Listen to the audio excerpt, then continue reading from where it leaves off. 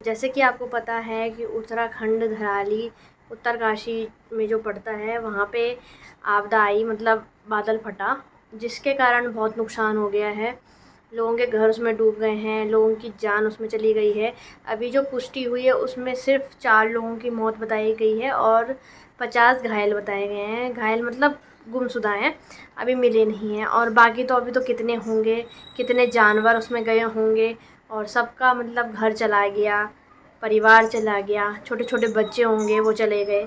तो ये चीज़ें बहुत मतलब दिल को झंझोड़ रही है और मतलब एक्सेप्ट नहीं कर पा रहा है ये चीज़ें, मतलब मन कि हाँ ऐसा हो गया।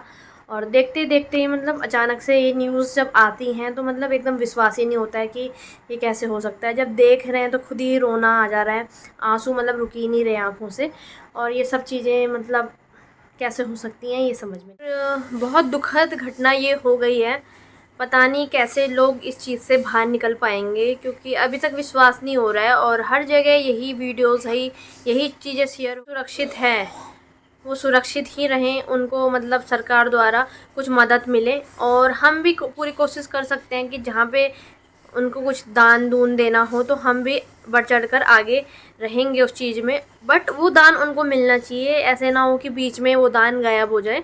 तो ये चीज़ें हैं, जो भी हेल्प होगी वो मैं भी करने के लिए तैयार हूँ और आपसे भी उम्मीद करती हूँ कि आप लोग भी ऐसे में मतलब करेंगे, क्योंकि यहीं पे इंसानियत देखी जाती है। जहाँ तक मुझे कहीं ना कहीं मुझे लगता है कि जो भी ये चीज़ें हो रहे हैं उसमें दोषी हम ही हैं, हम ही के कारण ये सब चीज़ें हो रही हैं। हम ही में सब लोग आते हैं, ऐसे नहीं है कि मैं आप लोगों के लिए ही बोल रही हूँ, अपने लिए नहीं बोल रही हूँ। इवन मैं भी और हम सब मतलब हम सब लोग आते हैं।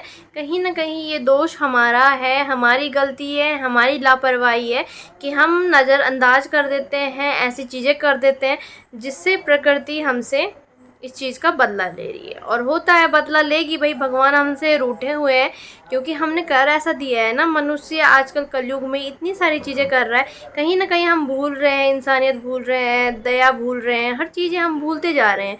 हम पेड़ों को काट देते हैं, ठीक है, हम जंगल में अपना मतलब घर वर जंगल हमने सारे ख़त्म कर दिए हैं, पहाड़ हमने हटा दिए हैं।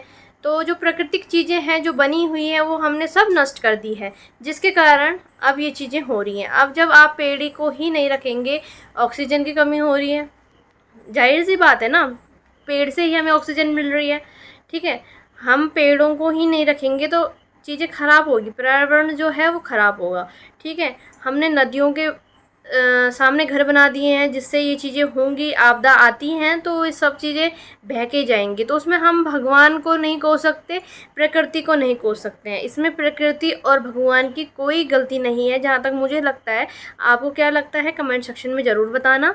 और हम भगवान से शिकायत करते हैं क्या? हमें भगवान ने बोला है ये सब चीज़ें करने के लिए? ये हमने खुद से कर रही हैं, खुद के फ़ायदे के लिए कर रही है और इसका अंजाम हमें भुगतना पड़ेगा क्योंकि हमने ये चीज़ें गलत करी है।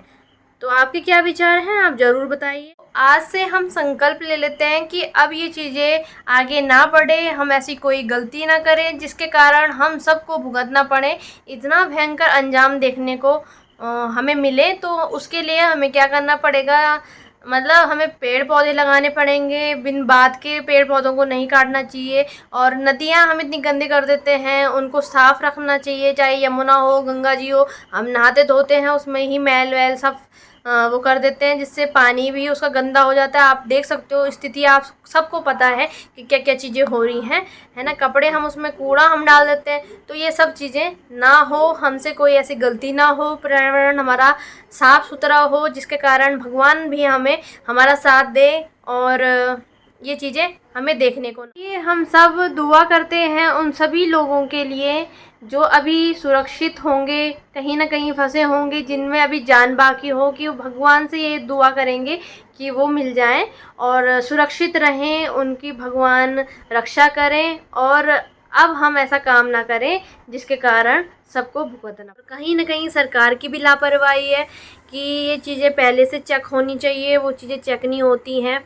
और जैसे ही मतलब अलर्ट जारी होना चाहिए इस चीज़ के लिए कि जैसे ही ऊपर से कुछ आवाज़ें सुनाई देती हैं तो उसी टाइम सबको मतलब सूचित कर देना चाहिए। और घरों से बाहर निकाल देना चाहिए। जैसे भूकंप में होता है अलर्ट पहले ही आ जाता है, तो कहीं ना कहीं सरकार की भी लापरवाही मैं समझूंगी और हम लोगों की भी गलती है। हम लोग जब भी हम लोग सब चीज़ें नष्ट करके वहाँ पे अपना घर बना रहे हैं, नदी किनारे हम घर बना लेते हैं, भले ही वहाँ पे हो या ना हो मुझे पता नहीं है। वैसे मेरा ससुराल उधर ही को पड़ता है, बट वहाँ से मेरा ससुराल दूर है। मेरा ससुराल धनारी में पड़ता है और ये था धराली, ठीक है। ये है हारसिल में।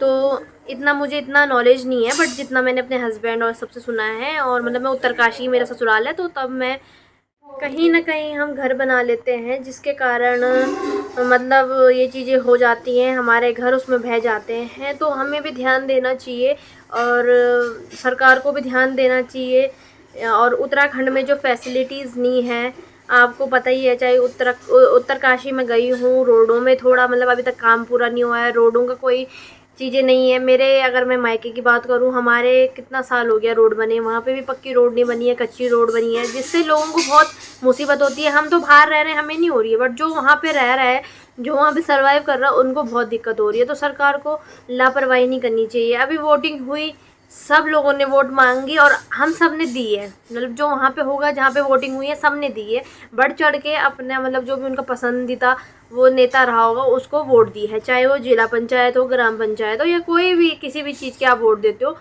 बट वोट लेने के बाद ये लोग जाते कहाँ हैं? अगर आप जा रहे हो, इस चीज़ की पुष्टि कर रहे हो, हर चीज़ में साथ हो, तो बहुत अच्छी रिस्पेक्ट करती हूँ उस चीज़ के लिए कि आप बढ़ चढ़ के हो। अगर आप नहीं जा रहे हो, आपने वोट ले लिया और आप चुपचाप बैठे हो, कुछ चीज़ों को मतलब शेयर नहीं कर रहे हो, कुछ बोल नहीं रहे हो, क्योंकि आपकी तो जल्दी सुनी जाएगी ना, हमसे ज़्यादा हमें हमें कौन देखेगा? हमें 4-5 लोग देख लेते हैं बस, है ना। बट आपकी आवाज़ तो हर कोई सुनेगा ना, जिन्होंने आपको वोट दिया है उनके लिए आप करोगे।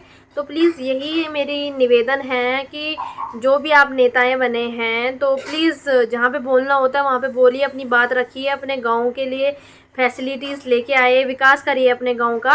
और ज़्यादा से ज़्यादा मतलब मैं ये चाहती हूँ सरकार से कि उत्तराखंड में परिवर्तन आए, जहाँ पे ये चीज़ें हो रही हैं वो चेक हों अच्छे से, कि आगे जाके ऐसे हमें ना देखने को मिले। क्योंकि ये चीज़ें ऐसी होती हैं कि जिसमें एक की नहीं बहुतों की मौत हो जाती है, बहुत घर तबाह हो जाते हैं, और मतलब हम सोच भी नहीं सकते हैं क्या बीतती है उनके परिवार में। कोई एक बच जाता है और उसका पूरा परिवार ही चला जाता है, कितने पशुओं गए होंगे, कितनी खेती बाड़ी लोगों की चली गई है, पूरा गांव ही था वो। तो ये सब चीज़ें हो जाती हैं। तो प्लीज़ मैं यही चाहती हूँ, जो भी नेताएं बने हैं, चाहे वो प्रधान है, चाहे वो जिला पंचायत हैं, चाहे वो कोई भी हो, थोड़ा सा काम विकास कराओ अपने गांव का, अपने एरिया का। बस यही बोलना चाहूँगी। ज़्यादा मैं विशाल उनकी रक्षा के रखें और वो जल्दी से मिल जाएं और अपने परिवार के साथ सुखी जीवन बिताएं, और ज़्यादा से ज़्यादा मदद हम सब उनकी कर पाएँ। बस यही बोल सकती हूँ अपने शब्दों में। और उम्मीद है कि आप इस वीडियो को भी आगे पहुँचाएँगे, जिस मतलब हम ही तो बोल सकते हैं ना, हम बोलेंगे आगे पहुँचेगी वीडियो, सब देखेंगे, यही चीज़ें होती हैं। अब हम चुप बैठ गए, सारे चुप बैठ जाएंगे, तो ये चीज़ें नहीं होती हैं। तो उम्मीद है कि आपको मेरे शब्द अच्छे लगे होंगे, और भगवान से यही दुआ करती हूँ, भगवान अब मत करना ये, अब मत दिखाना ऐसे दिन। और मैं आपको कोश नहीं रही हूँ, क्योंकि मैंने खुद बोला है आपकी कोई गलती नहीं है, हम ही मूर्ख हैं, हम ही सब चीज़ें करते हैं और दोष आपको दे देते हैं। तो भगवान हम आपको कुछ नहीं बोल रहे, बस अब ये चीज़ें मत दिखाना, क्योंकि ऑलरेडी 2025 ने हमें बहुत कुछ दिखा दिया, बहुत कुछ सह लिया। तो उम्मीद है कि भगवान सब अच्छा रखेगा, सभी को स्वस्थ रखेगा, और सब कुशल मंगल अपने परिवार में रहेंगे। और बस यहीं पे मैं अपनी वाणी को विराम देना चाहती हूँ। जय हिंद, जय भारत, जय उत्तराखंड।